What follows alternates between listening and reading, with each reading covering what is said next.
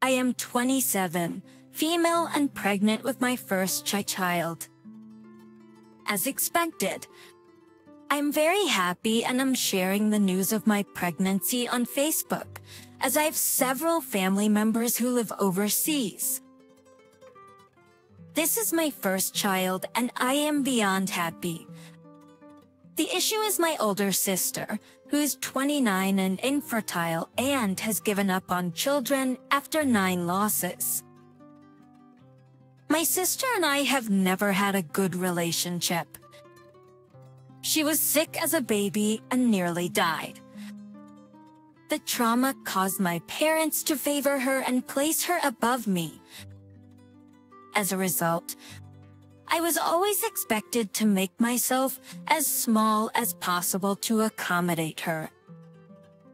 She always got a cake and more presents on my birthday, so she wouldn't feel left out.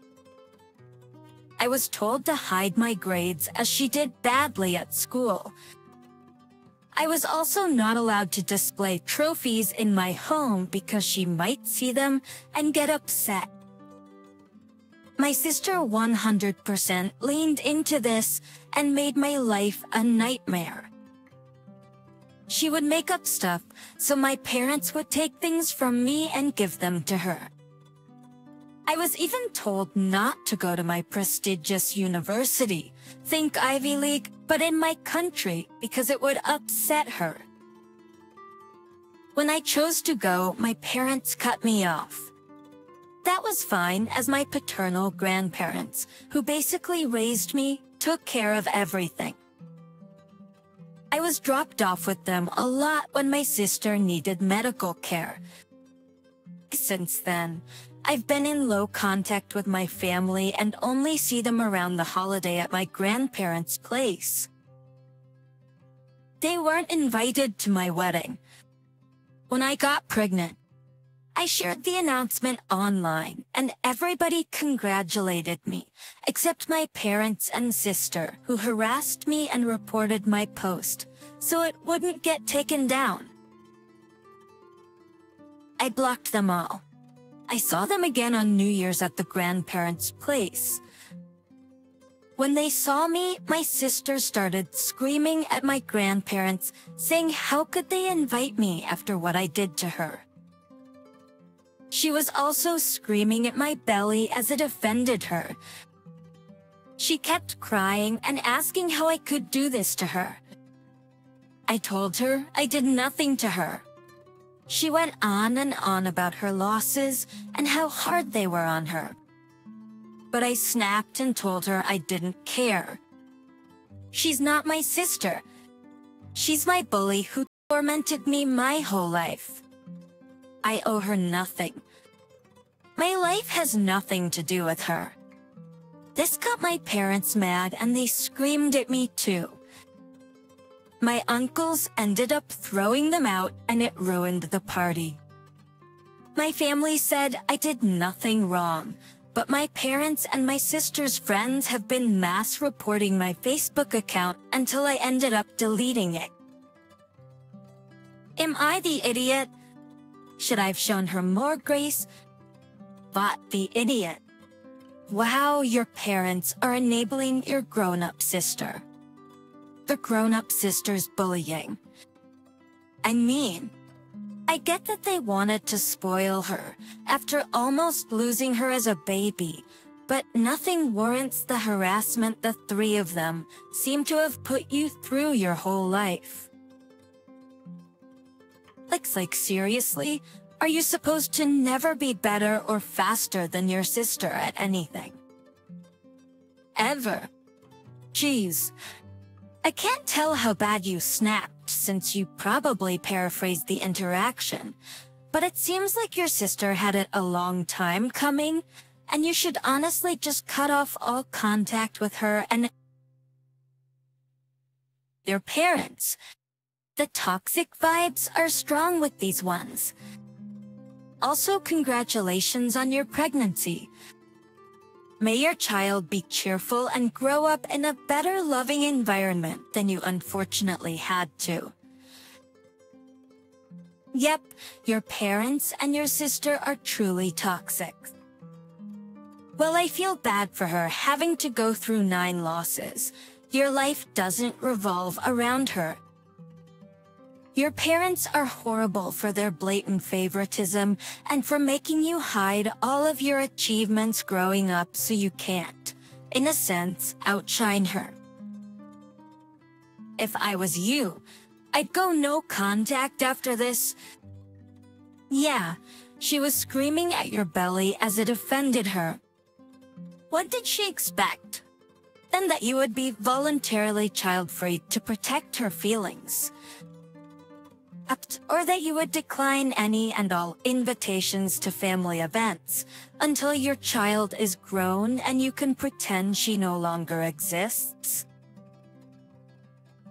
Obviously, the idiots here are your sister and parents for screaming at you at your grandparents' home.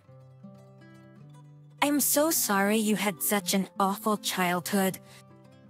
I hope your pregnancy goes easily and you have a lovely baby. Having a happy life really is the best revenge. My husband has 3 kids, tween male and pre-tween female, and his former stepdaughter. 13. I also have 2 kids, tween male and older tween female. My husband's ex had mental health issues, and my husband didn't want her alone with the kids. So shortly after they got married, he hired Lucia, mid-late 50s at the time, to take care of his stepdaughter, then later their kids. He eventually left his ex, and they moved to be closer to his family. However, he didn't want to fire Lucia, so she moved in with him. Lucia is very close with these kids. They call her Grandma. She taught them Spanish, and she loves the kids. It's not unusual to see the youngest sitting in Lucia's lap while they watch a movie, and she always hugs and kisses them. Then my kids and I moved in, and while she's nice to us, she treats my kids like an afterthought. I don't pay her for my kids. They take the bus to school and can walk to and from the bus stop, make themselves a snack, and do their homework. The only thing she needs to do when she makes dinner, I need her to make some for my kids. There are 2 problems with this arrangement. First, she makes Mexican food all the time. My kids don't eat Mexican food, so my daughter ends up making dinner for herself and her brother half the time. Bitchin' wouldn't kill them to speak English around my kids, or for her to not hug and kiss them every 30 seconds. It makes my kids uncomfortable and a little jealous. I told my husband about this, and he said he didn't know what I was expecting since Lucia had been with those kids for 12 years. So I told him to talk to Lucia about making things fair between the kids, speak English so my kids can be included in the conversation. And make food that all of the kids like and include my kids in their outings. Actually, mate. Lucia picks the kids up from school and takes them out to get ice cream or hot chocolate, and sometimes they go out to dinner after that. My husband says no because his kids love Lucia's Mexican food, and the ice cream has been a tradition with the 4 of them for 7 years. The kids will start to forget their Spanish if they don't speak it regularly with Lucia, and because she's been their grandma since the oldest was 3 and the younger 2 were born, so having her change anything now will be harmful to his kids. I told him that he couldn't just think of his kids anymore, and that keeping things the way they are is harmful to my kids. Still, he's refusing to change anything. Instead, he blamed everything on me because I was the one that told Lucia that my kids don't need a nanny and didn't invite her to any family activities so she could become closer to my kids. Since he's refusing to talk to her about it himself, I'm considering talking to her. But I wanted to know if I was the idiot for wanting my husband to do it. You are the idiot. To your husband's children. Lucia has been a maternal figure that they otherwise wouldn't have. They're bonded. You didn't just show up and marry your husband. You are aware that Lucia is their caretaker, and you moved in and now are dictating the terms of their relationship. You're not paying Lucia to care for your children. Your husband's children are accustomed to the food she makes. Your children can either adapt to the meals or go without them. Your husband's children are now bilingual. Instead of encouraging your children to also learn Spanish and practice that skill, you're demanding change. Yes, you're married, but there was no agreement to change the care situation before marriage. You are aware of the arrangements with Lucia. It seems you're trying to sabotage the relationship, which is not okay. Yep, how do you join someone else's family and be like, things are going to have to change around here solely to benefit you and make you more comfortable without creating or adding any positive or benefit for the family you want to become a part of? You're being selfish and entitled and sound like you would be a horrible step-parent. You aren't paying her to take care of your kids. She definitely shouldn't have to make a separate special meal for kids she isn't being paid to take care of. The same goes for special outings for your kids. It seems you want to make your stepkids' lives worse to make your and your kids' lives more convenient, and you'd like your husband to pay for it all. You're the entitled one, aren't you? My family owns property in a tropical destination that is very popular at this time of the year. My friends and I, all girls in our early 20s, have been talking about going to my parents' house for years, and this January was finally the season everything was aligning in our favor. An acquaintance of mine, Jessica, who's a part of our larger group of friends, heard about the upcoming trip and asked to join us. I was initially reluctant, but she kept publicly insisting on it by saying that visiting this place was one of her childhood dreams, which put me in an awkward position to say no. We then added her to our travel group chat and went over everything already decided on our itinerary and how much money we planned to spend on this trip. She seemed excited about it and didn't want to change anything. Great. Unfortunately, things started to go south the moment she arrived here. Jessica bought a different flight from everyone else and would arrive at 3 a.m. I told her she could either get a taxi to my house or wait at the airport until 10 a.m. when I would drive to pick everybody else up. She wasn't happy with that and was very passive-aggressive for the rest of the day. She then started complaining about our itinerary, how everywhere we picked was too expensive, and she felt excluded and judged by the people there. We tried to compromise and did a few touristy things with her, but when we started getting ready to go to the beach club yesterday, she threw a fit. I reminded her that she knew about this before buying the tickets, and she wasn't forced to join us. Instead, she could stay home and eat the food my parents kindly stocked for us, or walk around the city center. When we returned home, I was flooded with messages from our mutual friends asking why I was so mean to poor Jessica. Apparently, she took it to social media and created this narrative that she's a victim and we're bullies. I was sick of it. We had a fight where she called me terrible things.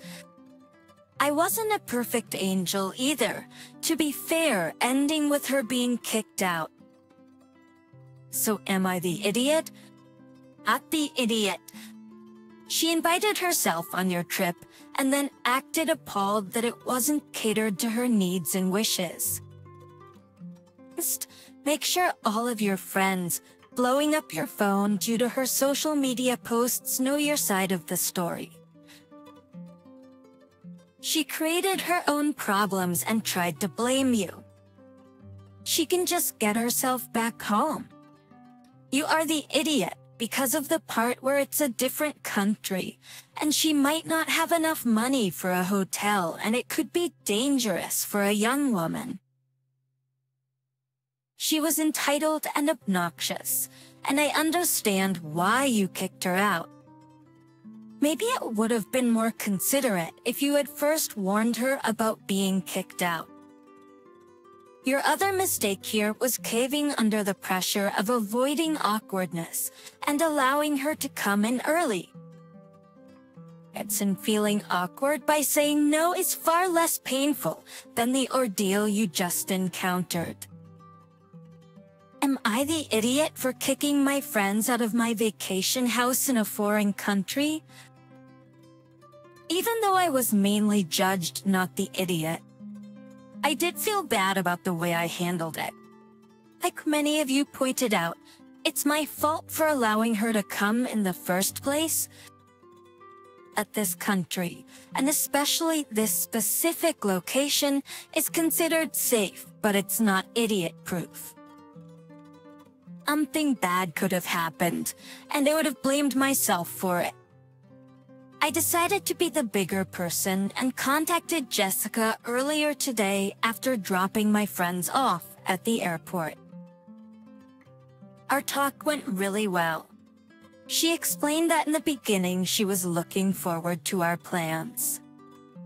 She wanted to experience the glitz and glamour of the destination. In her head, she would go to the beach clubs with us, and guys would offer to buy her drinks and ask her for dinner so she wouldn't have to pay for any of it. Unfortunately, reality didn't play out like that, and she started to grow resentful whenever one of us would get male attention. The final straw was when I wouldn't let her borrow a wetsuit from me when we went scuba diving. She wouldn't fit in any of our extras, and I didn't want them to stretch or break. She said that it triggered her imposter syndrome and body dysmorphia, so she didn't want to go to the hot spots with us as it affected her mental health. I told her that while I understand where she's coming from, I hope she realizes that my friends and I are not in the wrong for sticking to our original itinerary and not catering to her insecurities. I didn't bully her once, and slandering us on social media for her own issues was unacceptable and unhinged. She genuinely apologized for her behavior, and she knew she was in the wrong. I also apologized for kicking her out in the heat of our fight and offered to pay for her hotel and any fees she had to anticipate her flight. She thanked me and said she would request the payment via a money app. Everything was going well until I saw the request for 5,000 euros. What? I texted her asking if this was the right amount. She said yes. I asked for receipts, but she didn't have any. I asked for bank statements or any sort of proof. She got angry and went back to being her rude, irrational self. I blocked her everywhere and I won't talk to her ever again. Well, this took a turn at the end. Do I understand this correctly? So this woman came on vacation and didn't have enough money to do the activities because she thought other travelers or locals would pick up her bar bills to flirt with her. And then she got frustrated and stressed when it wasn't happening because she wouldn't have enough to pay for things. You are clearly way better off without this person. They've shown that they will not be accountable for their own idiot behavior. Wow, Op went out of her way to even pay for this entitled idiot's hotel. And this is what she does to Op. Sends a $5,000 bill with no receipt. At this point, I would have left that friend in the middle of the desert. It sounds like you should screenshot her request for 5,000 euros and be ready to share it on social media when she once again accuses you of being mean. Shocked she didn't scream emotional distress for the excessive amount. Chick should have never gone on a vacation she knew she couldn't afford, point blank. She sounds like a backpacker who wants others to pay their way. Up, you should have just stuck with the talk and not offered her money. Ensters every year. My family spends Christmas in Hawaii.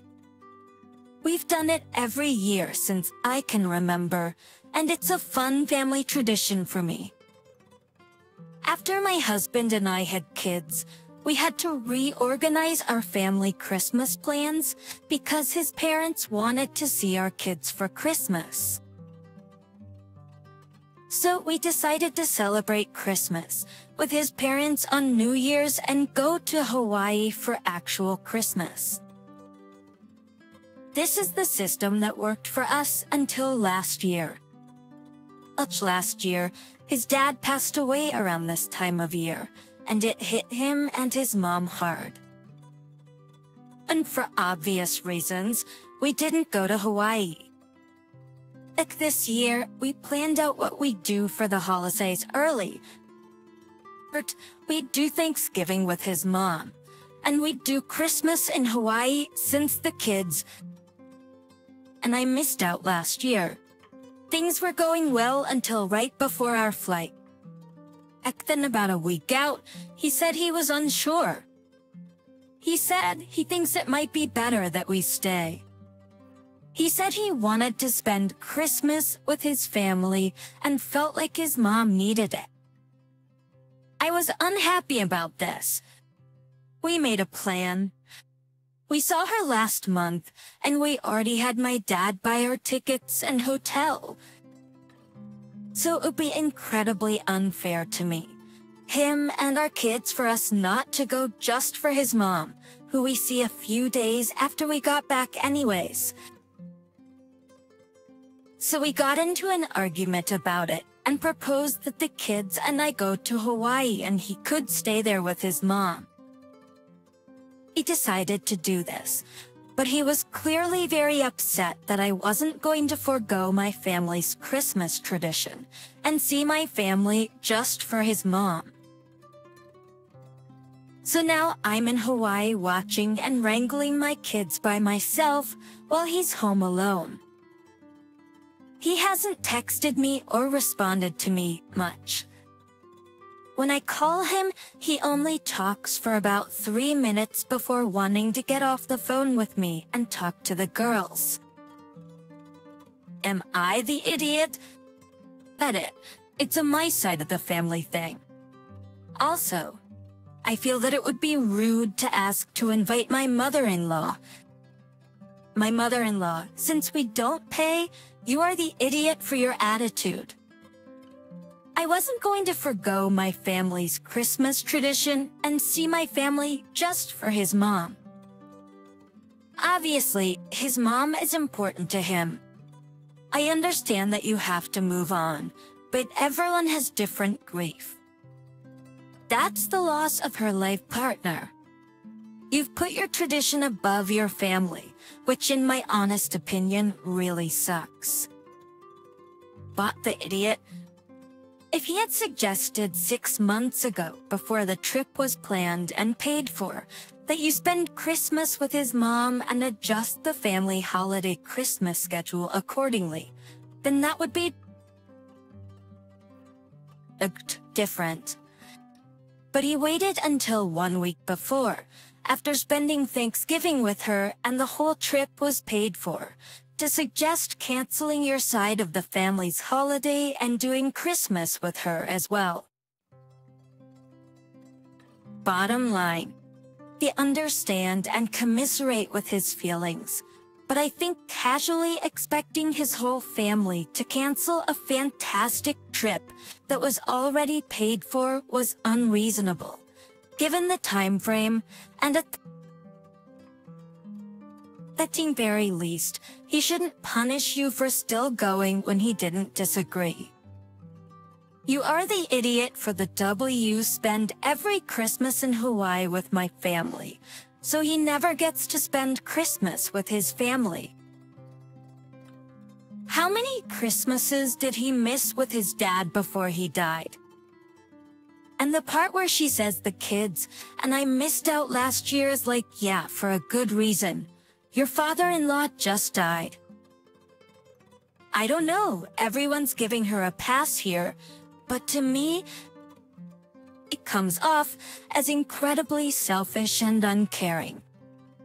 It's like she doesn't really care about his or his mother's grief, as long as she gets her free trip to Hawaii on Daddy's dime.